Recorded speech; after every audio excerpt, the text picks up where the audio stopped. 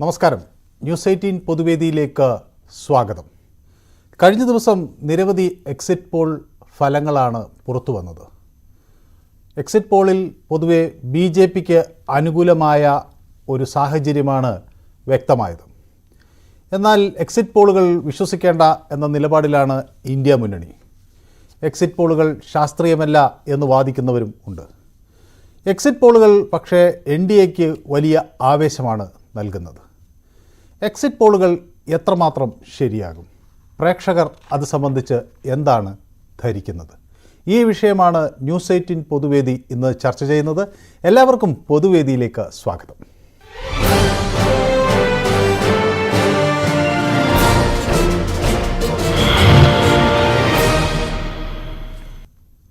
നമസ്കാരം. ഗോപി എന്നൊരു പ്രേക്ഷകനാണ് നമുക്കൊപ്പം ഇന്ന് ചേരുന്നത്. ശ്രീ ഗോപിക്ക് എന്ത് തോന്നുന്നു? എക്സിറ്റ് പോൾ ഫലങ്ങളൊക്കെ കേട്ടിട്ട് ഇത് യാഥാർത്ഥ്യമാകും എന്ന പ്രതീക്ഷ വെക്കേണ്ടതുണ്ടോ? നമസ്കാരം സാർ. നമസ്കാരം. ഈ ചാനലിൽ വന്ന എക്സിറ്റ് പോൾ ഫലം ധാരാളം കഴിവുള്ള ഒരു നാട് മുഴുവനും നടന്ന് ശരിക്കും ചോദിച്ച് മനസ്സിലാക്കി നടത്തിയിട്ടുള്ള പരിപാടിയാണ്. ഇവിടെ രാവിലെ തൊട്ട് ഒരുത്തർ പറയുന്നത് കേട്ടിട്ട് ഈ എക്സിറ്റ് പോൾ ഫലം പറയുന്നത് വെറുതെ കാശ് വാങ്ങിച്ചോട്ടാന്നൊക്കെ പറയുന്നത്. അങ്ങനെ വിവരക്കേട് പറയുന്നതിന് നമ്മളെന്തോ പറയാനാ? ഇപ്പൊ ഇത് നിങ്ങൾ നടത്തുന്ന പരിപാടി നാരായണമായിട്ട് എല്ലാം നടന്ന് എല്ലാവരുടെയും അഭിപ്രായം കേട്ടിട്ട് കൊണ്ടുവന്ന് അവതരിപ്പിക്കുന്നതാ. ചുമ്മാതെ ഏതെങ്കിലും പാർട്ടിക്കാർക്ക് വേണ്ടി എന്ന് പറയുന്നതിലൂടെ ഒരിക്കലും ചോദിക്കാൻ കഴിയത്തില്ല. അങ്ങനെ ചോദിക്കുന്നവരുണ്ട്, കൂടുതൽ പേരുണ്ട്. കഴിഞ്ഞൊരു ദിവസം സാറ് അന്ന് കിട്ടിയില്ല, പറ്റാഞ്ഞത് ഒരാള് നരേന്ദ്രമോദിയെ തന്തയ്ക്ക് വരെ പറയുന്നത് കേട്ടു നമ്മുടെ ഈ പ്രതികരണ വേദിയില്. അത് അതിനൊക്കെ മറുപടി പറയാനെ കൊണ്ട് അവരുടെ ഇപ്പൊ ഞാൻ വിളിക്കുന്ന എന്റെ നമ്പര് അവിടെ സ്ക്രീനിൽ TV കാണിച്ചാൽ മേലാൽ ഇതുപോലുള്ള കാര്യങ്ങൾ പറയത്തില്ല. അയാളോട് നല്ല രീതിയിൽ എന്താ പറയണ്ടെന്ന് അറിയാൻ വയ്യത്തോണ്ടില്ല. ഇതുപോലുള്ളവന്മാര് പറയുമ്പം കൂടുതൽ നേരം ഞങ്ങളെല്ലാരും അത് കേട്ടോണ്ടിരിക്കുക. ഒരുപാട് നേരം TV കട്ട് ചെയ്യാതെ ഇത് അയാൾക്ക് പറയാൻ അവസരം കൊടുത്തുവെന്നാണ് ജനങ്ങൾ പറയുന്നത്. ഏതായാലും താങ്കളുടെ അഭിപ്രായം വളരെ വ്യക്തമാണ്. മറ്റൊരു പ്രേക്ഷകൻ ആലപ്പുഴയിൽ നിന്നാണ് ചേരുന്നത്. കണ്ണൻ എന്നല്ലേ പേര് പറഞ്ഞത്? അതെ സാർ, അതെ. ശ്രീ കണ്ണന് എന്ത് തോന്നുന്നു? എക്സിറ്റ് പോൾ ഫലങ്ങൾ യാഥാർത്ഥ്യമാകുമോ? ഈ ജൂൺ 4 വോട്ടെണ്ണി കഴിയുമ്പോൾ ഇത് തമ്മിൽ എന്തെങ്കിലും ബന്ധമുണ്ടാകും എന്ന് ശ്രീ കണ്ണൻ കരുതുന്നുണ്ടോ? സാറേ, ഞാൻ ഒരു ഇടതുപക്ഷ ചിന്താഗതിക്കാരാണ്. പക്ഷെ എങ്കിലും ഇത് തൽക്കാലം എക്സിറ്റ് പോളിൽ വിശ്വസിക്കാതിരിക്കുന്നതാണ് നല്ലതെന്ന് തോന്നുന്നു അല്ലേ? ഇടതുപക്ഷത്തിന് അനുകൂലമല്ലെന്നോ? ഒരിക്കലും അല്ല. എന്റെ പ്രതികരണമൊക്കെ സാറ് കേട്ടിട്ടുണ്ടല്ലോ.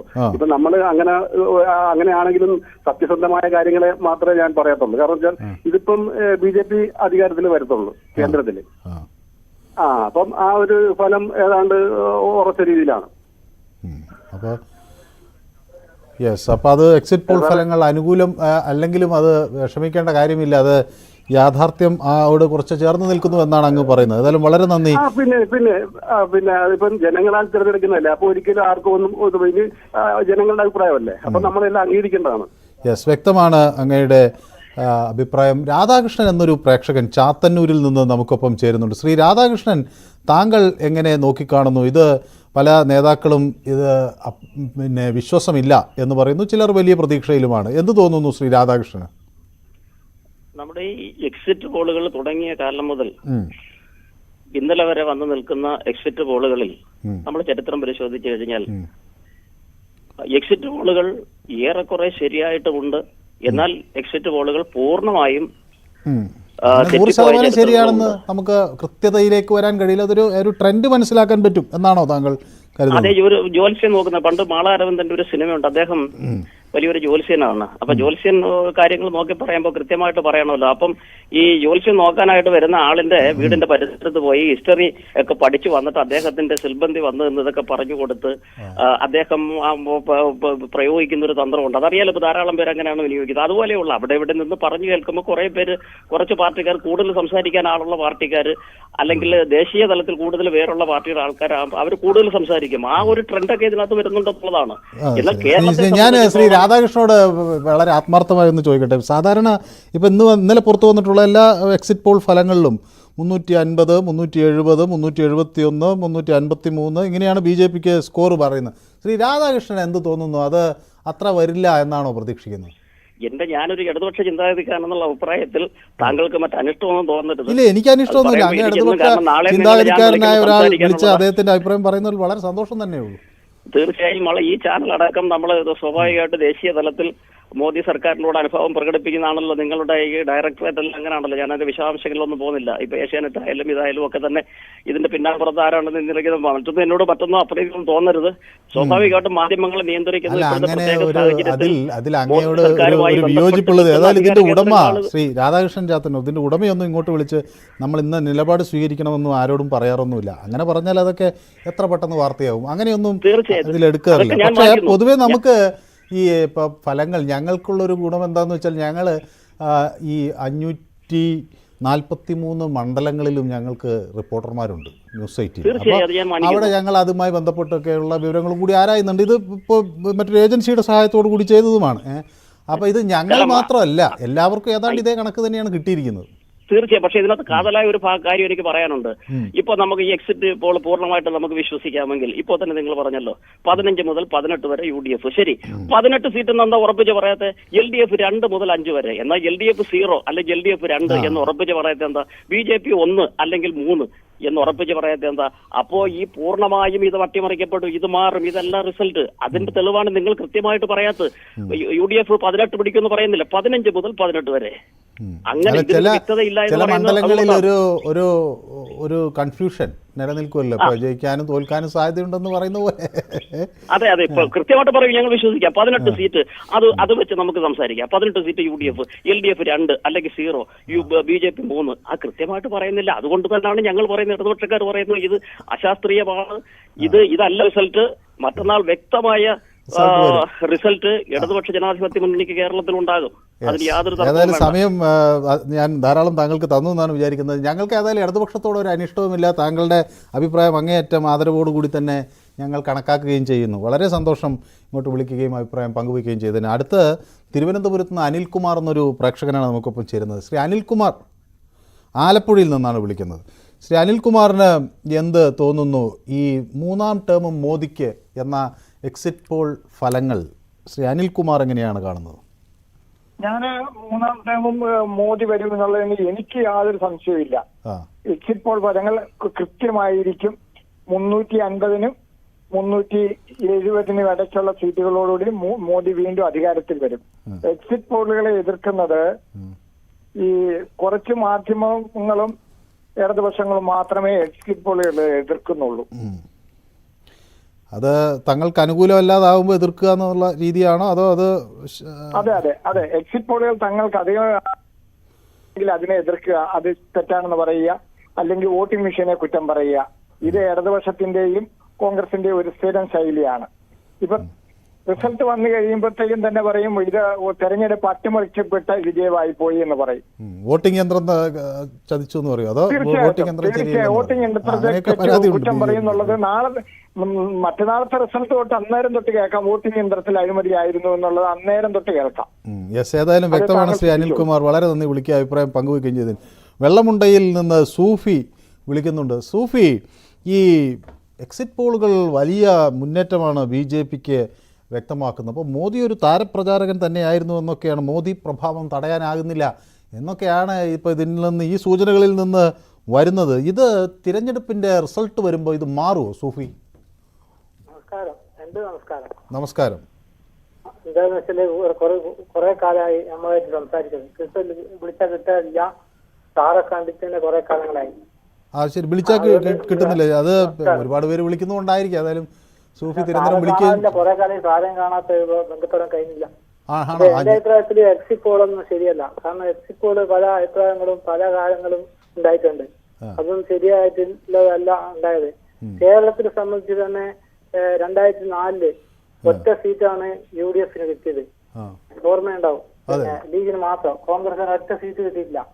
അതേ സാഹചര്യമായിരിക്കും മിക്കവാറും കേരളത്തിൽ ഇടതുപക്ഷത്തിന്റെ സ്ഥിതി. എന്റെ അഭിപ്രായം എങ്ങനെയായാലും 2 സീറ്റ് കുറയൂല. 2004 ആവർത്തിക്കുമെന്നാണ് ശ്രീ സൂഫി ഇത് കരുതുന്നത് അല്ലേ? 2004 ആവർത്തിക്കില്ല. 2004 UDFന് 1 കിട്ടിയിട്ടില്ല. അതല്ല, LDFന് മിക്കവാറും 2 ആയിരിക്കും. LDFന് 2 സീറ്റ് കിട്ടുമെന്നു? ഓക്കെ, യെസ്, വ്യക്തമാണ്. ഏതായാലും രാജീവ് എന്നൊരു പ്രേക്ഷകൻ കോട്ടയത്ത് നിന്ന് നമുക്കൊപ്പം ചേരുന്നുണ്ട്. ശ്രീ രാജീവ്, കോട്ടയത്ത് എവിടെ നിന്ന് വിളിക്കുന്നത്? ശ്രീ രാജീവ് കേൾക്കാമോ? എനിക്കൊന്ന് രാജീവിന് ലാലു ശ്രീ ലാലു തിരുവനന്തപുരത്തു നിന്നാണ് വിളിക്കുന്നത്. ശ്രീ ലാലുവിന് എന്ത് പറയാനുണ്ട്? ഈ ഫലങ്ങൾ പുറത്തു വരുന്നത് യാഥാർത്ഥ്യവുമായി ചേർന്ന് നിൽക്കും എന്ന് ലാലു പ്രതീക്ഷിക്കുന്നുണ്ടോ? അത് ചിലപ്പം കേരളത്തിലെ എക്സിറ്റ് പോൾ ചിലപ്പോൾ ശരിയായിരിക്കാം, 100%. ചിലപ്പം 20 UDFന് കിട്ടുമെന്നേ ഉള്ളൂ. UDF തരംഗമാണ് കേരളത്തിൽ എന്നാണ് ശ്രീ ലാലു കരുതുന്നത് അല്ലേ? അതെ, എക്സിറ്റ് പോളുകൾ ഏതാണ്ട് എല്ലാവരും 17, 14, 15 എന്നൊക്കെ പറഞ്ഞ് UDFന് അനുകൂലമായിട്ടുള്ള ഒരു നീക്കമാണ് എല്ലായിടത്തും കാണുന്നത്. VMമാർക്ക് 19 സീറ്റ് വരെ പ്രഡിക്റ്റ് ചെയ്യുന്നവരുണ്ട്. 20 ആരും പറഞ്ഞിട്ടില്ല, എങ്കിലും എല്ലാവരും 20 UDFന് കിട്ടുമെന്നാണ് തോന്നുന്നത്. കാരണം എന്ന് പറഞ്ഞാൽ ഞാൻ ഇടതുപക്ഷ ചിന്താഗതിക്കാരനാണ്. പക്ഷെ ഞാനിപ്പോ കോൺഗ്രസിനാണ് വോട്ട് ചെയ്യുന്നത്. വടക്കേ ഇന്ത്യയിൽ ചിലപ്പോ BJP കൊണ്ട് കയറിയാലായിരിക്കാം. ഈ ഇടതുപക്ഷ ചിന്താഗതിക്കാരനായിട്ട് കോൺഗ്രസിന് വോട്ട് ചെയ്തത് എന്തുകൊണ്ട്? അത് ഇന്നത്തെ സാഹചര്യം നോക്കി കോൺഗ്രസ് വരട്ടെന്ന് കരുതി അല്ലേ? ഇന്നത്തെ ഒരു സാഹചര്യം നോക്കിയപ്പോൾ കോൺഗ്രസ് പഴയ ഒരു നിലപാടല്ല അതുകൊണ്ട്. അതെ, ശരി. ഏതായാലും വളരെ വ്യക്തമാണ് ശ്രീ ലാലുവിന്റെ പ്രതികരണം. ഞാൻ മറ്റൊരു പ്രേക്ഷകൻ ദുബായിൽ നിന്ന് വിളിക്കുന്നു. ശ്രീ മണികണ്ഠൻ ദുബായിൽ നിന്നാണ് വിളിക്കുന്നത് അല്ലേ? അതെ. ശ്രീ മണികണ്ഠൻ നാട്ടിൽ എവിടെയാണ് താമസിക്കുന്നത്? നാട്ടില് പാലക്കാട് ജില്ലയിലെ ഒറ്റപ്പാലം. ഒറ്റപ്പാലംകാരനാണ്. അത് ശരി. ശ്രീ മണികണ്ഠൻ എത്ര വർഷമായി ഈ പ്രവാസിയായിട്ട്? ഞാനിപ്പോ ഏകദേശം 16 വർഷത്തോളമായി. അപ്പൊ ഈ നാട്ടില് ഈ ഇങ്ങനെ എക്സിറ്റ് പോളുകളൊക്കെ വരുന്നത്, അവിടെ ഈ പ്രവാസികൾ എങ്ങനെയാണ് ഇതിനെ നോക്കി കാണുന്നത്? അവർ ഇത് വിഷയമൊക്കെ ചർച്ച ചെയ്യുന്നുണ്ടോ? ഭയങ്കരമായിട്ട് അതിലേക്ക് ആഴ്ന്ന് ചിന്തിക്കുന്നവരാണ് പ്രവാസികൾ. അതായത് നമ്മളിപ്പോ ഒരു എന്താ പറയാ, ഒരു ദൂരക്കാഴ്ച എന്നൊക്കെ പറയില്ലേ, നമ്മളെ ഏറ്റവും കൂടുതൽ എല്ലാ മണ്ഡലങ്ങളിലും ശ്രദ്ധിക്കുന്ന പ്രവാസികളാണ്. നാട്ടിലാണെങ്കിൽ അതാത് മണ്ഡലങ്ങളിലേക്ക് മാത്രമായിരിക്കും ശ്രദ്ധ. കേരളത്തിന്റെ എല്ലാ ഭാഗങ്ങളിലും നടക്കുന്നത് എന്താണെന്ന് കൂടുതൽ ശ്രദ്ധിക്കുന്ന പ്രവാസികളും പ്രവാസി സംഘടനകളും തന്നെയായിരിക്കും. അതെ, വളരെ ശരിയാണത്. അപ്പൊ എന്ത് തോന്നുന്നു ശ്രീ മണികണ്ഠൻ, ഇത് ഈ എക്സിറ്റ് പോൾ ഫലങ്ങളായിരിക്കുമോ വരുന്നത്? ഏറെക്കുറെ അതേപോലെ ആയിരിക്കുമോ?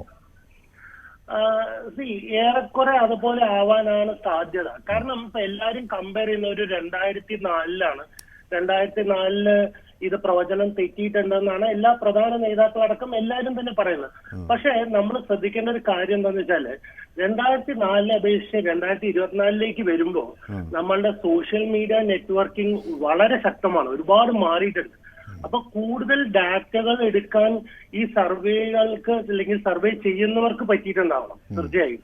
അപ്പൊ അതിന് കുറച്ചുകൂടെ ആക്യുറസി കൂടാനുള്ള സാധ്യത എന്നാണ് താങ്കൾ കരുതുന്നത്. വളരെ നന്ദി. രണ്ടാമത്തെ എന്താ വെച്ചാല് യുവ വോട്ടർമാര് എങ്ങനെയാന്ന് വെച്ച് കഴിഞ്ഞാൽ അവര് കൃത്യമായി ആർക്കാണ് വോട്ട് ചെയ്തതെന്ന് എക്സിറ്റ് ഫലങ്ങളിൽ അവർ പറയാൻ തയ്യാറാണ്. മുമ്പത്തെ എങ്ങനെ വെച്ചാൽ ഞാൻ ആർക്കാണ് വോട്ട് ചെയ്തതെന്ന് പറയാൻ തയ്യാറല്ലാത്തൊരു വിഭാഗം ഉണ്ടായിരുന്നു, പ്രത്യേകിച്ച് സ്ത്രീകളാണ് താങ്കൾ കരുതുന്നത്. ഏതായാലും വളരെ നന്ദി അവിടുന്ന് വിളിക്കുക, അഭിപ്രായം പങ്കുവെക്കുകയും ചെയ്തതിന് എല്ലാവിധ ആശംസകളും നമ്മുടെ പ്രവാസി സുഹൃത്തുക്കളെ അറിയിക്കണം പൊതുവേദിയുടേത്. ഒപ്പം റഷീദ് എന്നൊരു പ്രേക്ഷകൻ കൊയിലാണ്ടിയിൽ നിന്ന് നമുക്കൊപ്പം ചേരുന്നുണ്ട്. ശ്രീ റഷീദിന് എന്ത് തോന്നുന്നു?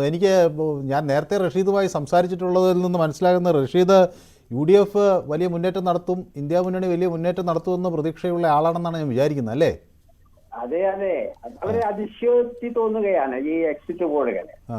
നമ്മുടെ സാമാന്യ ബുദ്ധിക്കും യുക്തിക്കും നിരക്കാത്ത രൂപത്തിലാണ് ഇപ്പോൾ എക്സിറ്റ് പോൾ വന്നുകൊണ്ടിരിക്കുന്നത്. കാരണം നമുക്കറിയാലോ കർണാടകയില് സിദ്ധരാമയ്യയും അതേപോലത്തെ മറ്റേ ശിവകുമാറും നടത്തിയ പടയോട്ടം, അവിടെ കോൺഗ്രസ് ഉണ്ടാക്കിയ നേട്ടങ്ങൾ, അവിടെ അവരുണ്ടാക്കിയ ഓളങ്ങൾ, അതേപോലെ തന്നെ തെലങ്കാനയിൽ റെഡ്ഡി നടത്തിയ പടയോട്ടം, അതേപോലെ കെജ്രിവാളും കോൺഗ്രസും ഡൽഹിയിൽ നടത്തിയ എല്ലാവരും പ്രവചിച്ച ഒരു വലിയ പ്രവചനം, അവിടെ കെജ്രിവാളിന്റെ പാർട്ടിയും കോൺഗ്രസും വലിയ മുന്നേറ്റം നടത്തും എന്നാണ്. മാത്രമല്ല പഞ്ചാബിലും അതേപോലെ തന്നെ ബീഹാറിലുമൊക്കെ കർഷകർ തിങ്ങിത്താമസിക്കുന്നിടങ്ങളിൽ NDAക്ക് എതിരായ വലിയൊരു മുന്നേറ്റം അവിടെ നടന്നിട്ടുണ്ട്.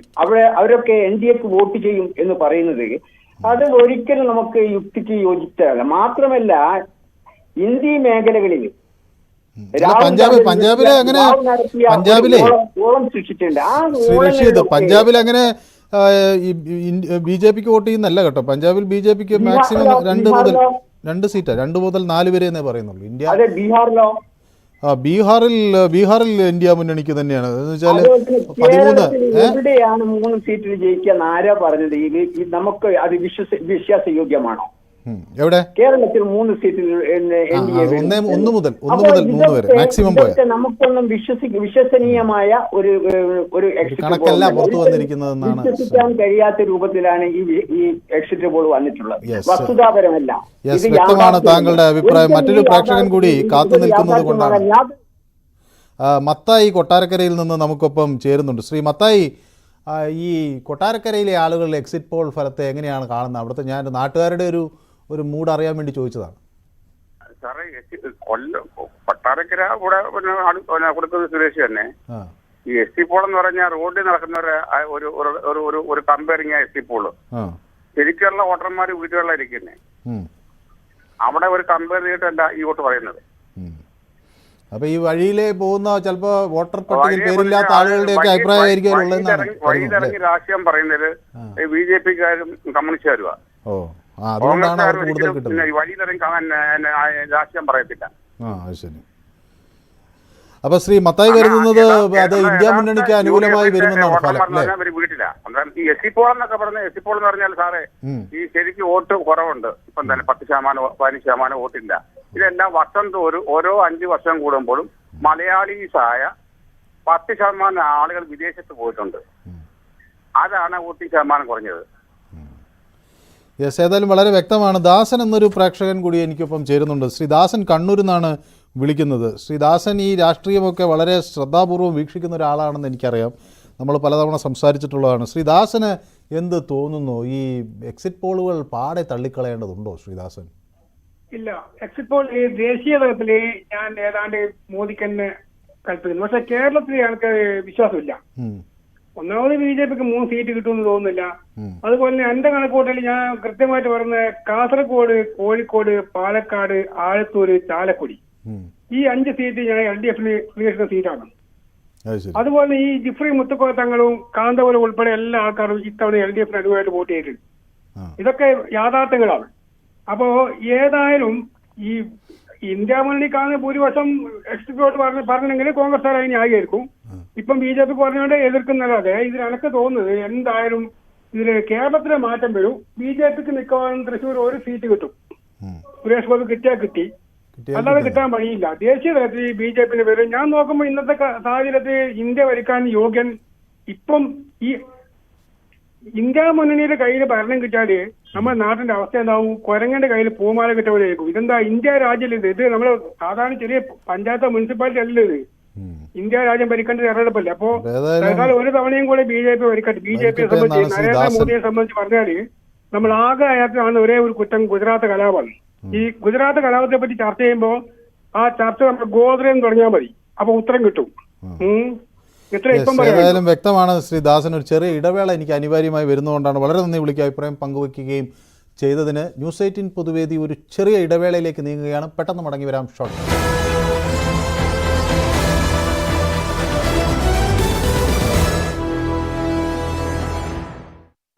എന്ന പ്രവചനം എക്സിറ്റ് പോളുകൾ നടത്തുന്നുണ്ട്. തമിഴ്നാട്ടിലും സമാനമായ രീതിയിൽ 4 സീറ്റുകൾ വരെ NDAക്ക് ലഭിക്കാമെന്നാണ് എക്സിറ്റ് പോളുകൾ വ്യക്തമാക്കുന്നത്. ഒപ്പം കഴിഞ്ഞ തവണ സീറ്റുകൾ നേടാതെ പോയ സംസ്ഥാനമാണ് ആന്ധ്ര. 2014 TDPയുടെയുമായുള്ള സഖ്യത്തിൽ BJPക്ക് അവിടെ സീറ്റുകളുണ്ടായിരുന്നു. കേന്ദ്രത്തിൽ വീണ്ടും നരേന്ദ്രമോദിയുടെ നേതൃത്വത്തിൽ BJP സർക്കാർ അധികാരത്തിൽ വരും. എൽദ സൂചിപ്പിച്ച പോലെ ഇന്ത്യ മുന്നണി വലിയ പ്രതീക്ഷ പങ്കുവച്ചിരുന്നു. പ്രത്യേകിച്ച് ഇന്നലെ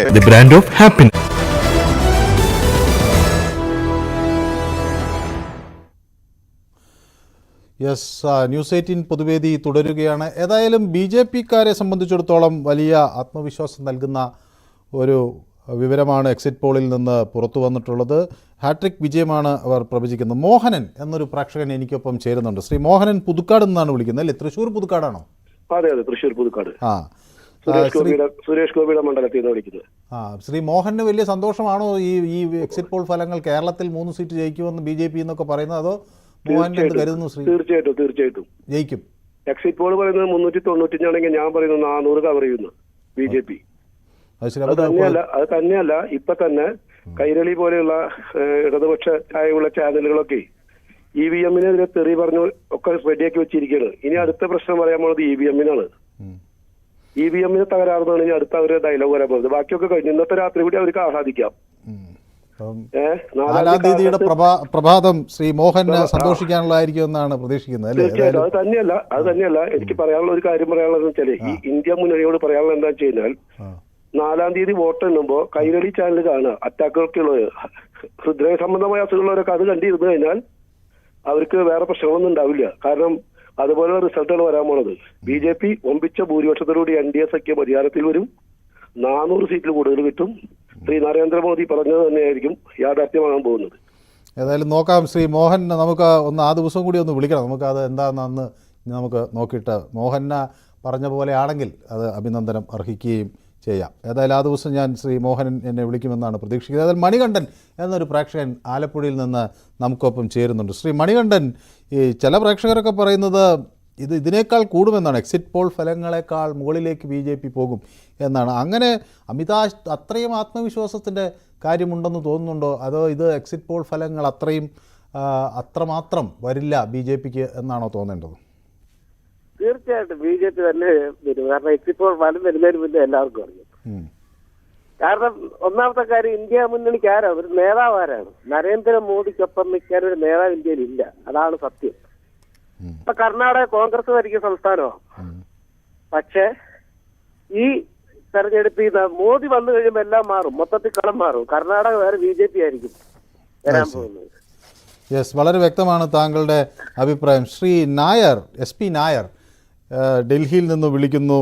good evening Shri SP Nair. ഡൽഹിയിലെ നിന്ന് അങ്ങ് വിളിക്കുന്നതുകൊണ്ട് ഞാൻ ചോദിക്കുകയാണ്, അവിടെ എന്താണ് അവിടുത്തെ ഒരു ട്രെൻഡ്? ഇപ്പോൾ എക്സിറ്റ് പോളുകളിൽ അതൊക്കെ BJPക്ക് 5 മുതൽ 7 വരെ സീറ്റുകൾ കിട്ടും എന്നാണ് പറയുന്നത്. ഇന്ത്യ സഖ്യത്തിന് 2 സീറ്റുകൾ വരെ കിട്ടാം എന്നാണ് പറയുന്നത്. ശ്രീ നായർ അവിടെ നിന്ന് കാര്യങ്ങൾ കുറച്ചുകൂടി ഗൗരവത്തോടെ മനസ്സിലാക്കി കാണുമല്ലോ. എന്ത് തോന്നുന്നു അവിടുത്തെ സാഹചര്യം? അപ്പം ഹലോ, കേൾക്കുന്നു. അപ്പം എന്നെ സംബന്ധിച്ചോളം ഇപ്പൊ ഇന്ത്യ മുന്നണി എന്ന് പറയുന്നത് ഇപ്പം ആദ്യം പല ആൾക്കാരും പറഞ്ഞു അതിനൊരു നല്ല ഒരു ലീഡർ ഇല്ലാത്തൊരു പാർട്ടിയാണ്. നമ്മൾ കേരളത്തിൽ മാത്രം കാണുന്നൊരിതാണ്. കഴിഞ്ഞ 2019 നരേന്ദ്രമോദി അധികാരത്തിൽ വരില്ല എന്നും പറഞ്ഞ് രാഹുൽ ഗാന്ധിയെ പ്രധാനമന്ത്രിയാക്കിയതാണ്. അപ്പൊ ലാസ്റ്റ് പിന്നെ നമ്മളതെല്ലാം കണ്ടതാണ്. അതുപോലെ തന്നെ കേജ്രിവാളിനെ പോലെ ഒരു ഫ്രോഡ് ആയിട്ടുള്ള ഒരു മനുഷ്യൻ ജയിലിൽ പോകുന്നത് വെറുതെ അല്ല, അയാൾ കറപ്റ്റഡ് ആണ്. അതുകൊണ്ട് മാത്രമാണ് അദ്ദേഹം പോകുന്നത്. എന്നെ സംബന്ധിച്ചോളം ഞാൻ പറയാം, എക്സിറ്റ് പോൾ ഫലങ്ങൾ യഥാർത്ഥമാണ്, അത് കുറെ കൂടി യാഥാർത്ഥ്യത്തോട് അടുത്ത് നിൽക്കുന്ന. ഇതിനകത്ത് ഒരു കാര്യം നമ്മൾ ശ്രദ്ധിക്കേണ്ട ഒരു ശ്രീ നായർ ടെലിഫോൺ ലൈനിൽ എന്തോ തകരാറുണ്ടെന്നാണ് ഞാൻ വിചാരിക്കുന്നത് കേട്ടോ. ഏതായാലും വളരെ നന്ദി വിളിക്കുകയും അഭിപ്രായം പങ്കുവയ്ക്കുകയും ചെയ്തതിന്. എന്നോടൊപ്പം മറ്റൊരു പ്രേക്ഷകൻ ചേരുന്നുണ്ട്. ശ്രീ ബാലചന്ദ്രൻ കൊല്ലത്ത് നിന്നാണ് നമുക്കൊപ്പം ചേരുന്നത്. ശ്രീ ബാലചന്ദ്രന് എന്ത് തോന്നുന്നു? എക്സിറ്റ് പോളിനെ പൂർണ്ണമായി തള്ളിക്കളയാൻ ഒക്കില്ല സാർ. അത് ഒരു ദിശ എങ്ങോട്ടാണ് പോക്കുക എന്നുള്ളതിന്റെ സൂചനയാണ്. അതുപോലെ തന്നെ ഇവിടെ ഇടതും വലതും ഒരുപോലെ പറയുന്നുണ്ട് നമ്മുടെ BJP അക്കൗണ്ട് തുറക്കില്ല. അക്കൗണ്ടിന്റെ താക്കോൽ ഇവർ 2 കയ്യിൽ സൂക്ഷിച്ചിരിക്കുകയാണ്. അതല്ല, ഞാനൊരു നിഷ്പക്ഷമായ രാഷ്ട്രീയക്കാരനാണ്. പക്ഷേ ഇത് എക്സിറ്റ് പോൾ ഒരു കൂട്ടം ആൾക്കാർ പല ദിവസങ്ങളിലായി പല രീതിയിൽ മെനഞ്ഞെടുക്കുന്ന ഒരു ഡാറ്റയാണ്, ഡാറ്റ കളക്ഷന്റെ പേരിലാണ് അവർ എക്സിറ്റ് പോൾ ഉണ്ടാക്കി ജനങ്ങളെ അറിയിക്കുന്നത്. അത് നമ്മുടെ നാട്ടിലെ ജനങ്ങളുടെ അഭിപ്രായമാണ്. അതിനെ പൂർണ്ണമായിട്ട് തള്ളിക്കളയാൻ ഒക്കില്ല. യെസ്, വളരെ വ്യക്തമാണ്. കിരൺ എന്നൊരു പ്രേക്ഷകൻ എനിക്കൊപ്പം ചേരുന്നുണ്ട്. ശ്രീ കിരൺ ഇവിടെ ആനേറയിൽ നിന്നാണ് വിളിക്കുന്നത് അല്ലേ? അതെ. ശ്രീ കിരണ് എന്ത് തോന്നുന്നു? ഈ എക്സിറ്റ് പോൾ ഫലങ്ങൾ കണ്ട് അമിത വിശ്വാസവും സന്തോഷം പെടാൻ BJPക്ക് വഴിയുണ്ടോ? അല്ല, അമിത വിശ്വാസമല്ല. എക്സിറ്റ് പോൾ ഫലം എന്ന് പറഞ്ഞാൽ ഇപ്പൊ BJPക്കാണ് എല്ലാവരും സപ്പോർട്ട് ചെയ്തുകൊണ്ടിരിക്കുന്നത്. കാരണം ഇപ്പോ നമ്മളെ എന്ത് പറയാ, മറ്റേ ഷെയർ മാർക്കറ്റ് ഇടിഞ്ഞുകൊണ്ടിരിക്കുന്നുണ്ട്. അതിനുവേണ്ടി മാത്രമാണ് അവർ BJPയെ പൊക്കി എല്ലാവരും BJPക്ക് സപ്പോർട്ട് ചെയ്യുകയാണ്. ഒരു കാരണവശാലും കേരളത്തിൽ അവർ പറയണ പോലെ ഇത്ര സീറ്റ് കിട്ടില്ല. ഒന്നോ കിട്ടിയാൽ കിട്ടി, അത്രയേ ഉള്ളൂ.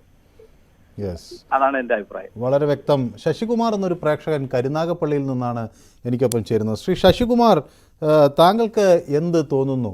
ഈ എക്സിറ്റ് പോൾ ഫലങ്ങൾ ആർക്ക് സന്തോഷം പകരേണ്ടതാണ്? അത് BJP ആണിപ്പോൾ അതിൽ മുന്നിൽ നിൽക്കുന്നത്. പക്ഷേ അത് ശരിയല്ല എന്ന് പറയുമ്പോൾ മറുവിഭാഗത്തിന് അതിൽ സന്തോഷം തോന്നാം. അപ്പോൾ ഏതാണ് ശ്രീ ശശികുമാർ ശരിയെന്ന് കരുതുന്നത്?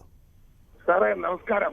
സാറിന്റെ എക്സിറ്റ് പോളും സാറിന്റെ സംഭാഷണങ്ങളും സാറിന്റെ ഇടപെടലും ഒക്കെ വലിയ സന്തോഷമുണ്ട് കാണാൻ കേട്ടോ. ഈ ചാനലിലെ സാറിന്റെ ഇടപെടലിലാണ് ആ മുഖഭാവവും ആ ന്യൂസ് ചോദിക്കുന്നതൊക്കെ എനിക്ക് വളരെ, ഞാൻ 58-59 വയസ്സുള്ള ഒരാളാണ് കേട്ടോ.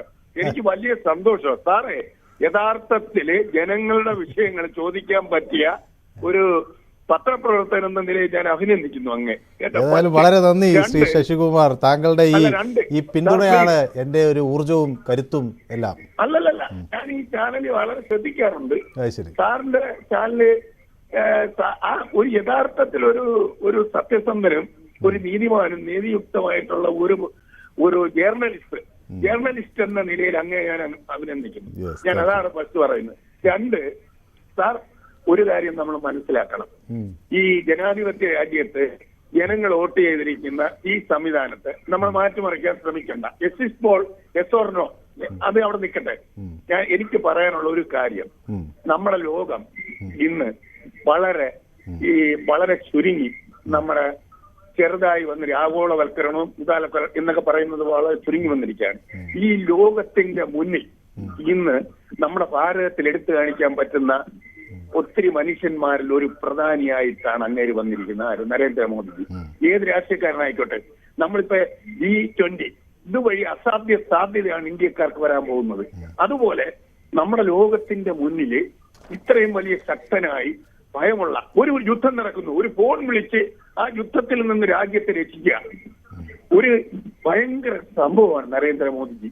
അങ്ങേര് യഥാർത്ഥത്തിൽ ലോക സമസ്ത സുഖിനോ ഭവന്തോ എന്ന തത്വസംഹിതയിൽ ഊന്നി ലോകത്തെ എല്ലാ ജീവജാലങ്ങൾക്കും സന്തോഷവും സമത്വവും സൗഭാഗ്യം ഉണ്ടാകണമെന്നുള്ള ആ ഒരു വിശ്വാസത്തെ ശ്രീ നരേന്ദ്രമോദി അധികാരത്തിൽ വരുമെന്നാണ് ശ്രീ ശശികുമാർ കരുതുന്നത്. എനിക്ക് താങ്കളോട് കുറേ നേരം കൂടി സംസാരിക്കണമെന്നുണ്ട്. പക്ഷേ നമ്മുടെ സമയം അതിക്രമിച്ചു പോയി.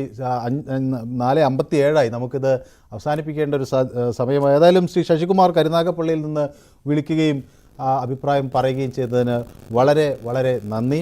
ഈ വിഷയം ഞങ്ങൾ യൂട്യൂബിലും പ്രേക്ഷകർക്ക് മുന്നിൽ ചർച്ചയ്ക്ക് വെച്ചിരുന്നു. എക്സിറ്റ് പോൾ ഫലങ്ങൾ യാഥാർത്ഥ്യവുമായി അടുക്കുമോ എന്ന ചോദ്യമാണ് മുന്നോട്ട് വെച്ചത്. അതിൽ 50% പ്രേക്ഷകർ യെസ് എന്ന് വ്യക്തമാക്കിയിരിക്കുന്നു, 50% പ്രേക്ഷകർ നോ എന്ന് വ്യക്തമാക്കിയിരിക്കുന്നു. ഇന്നത്തെ ന്യൂസ് 18 പൊതുവേദി ഇവിടെ സമാപിക്കുന്നു. നന്ദി, നമസ്കാരം.